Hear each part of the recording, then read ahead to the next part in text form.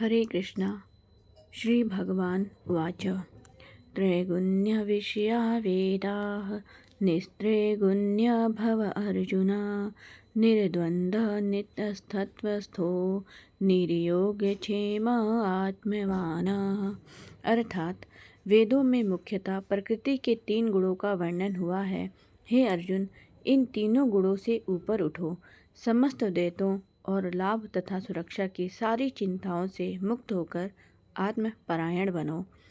सारे भौतिक कार्यों में प्रकृति के तीनों गुणों की क्रियाएं तथा प्रतिक्रियाएं निहित होती हैं।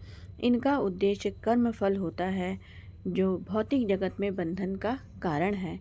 वेदों में मुख्यतः सकाम कर्मों का वर्णन है, जिससे सामान्य जन क्रमशः इंद्रिय तृप्ति के क्षेत्र से उठकर आध्यात्मिक धरातल तक पहुंच सके। कृष्ण अपने शिष्य तथा मित्र के रूप में अर्जुन को सलाह देते हैं कि वह वेदांत दर्शन के आध्यात्मिक पद तक ऊपर उठे, जिसका प्रारंभ ब्रह्म जिज्ञासा अथवा परम आध्यात्मिकता पर प्रश्नों से होता है। इस भौतिक जगत के सारे प्राणी अपने अस्तित्व के लिए कठिन संघर्ष करते रहते हैं। उनके लिए भगवान ने इस भौतिक जगत की सृष्टि के पश्चात वैदिक ज्ञान प्रदान किया, जो जीवन यापन तथा भव बंधन से छूटने का उपदेश देता है। जब इंद्रिय तृप्ति के कार्य तथा कर्मकांड समाप्त हो जाते हैं, तो उपनिषदों के रूप में भगवत साक्षात्कार का अवसर प्रदान किया जाता है।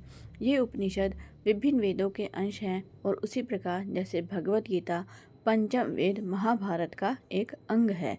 उपनिषदों से आध्यात्मिक जीवन का शुभारंभ होता है।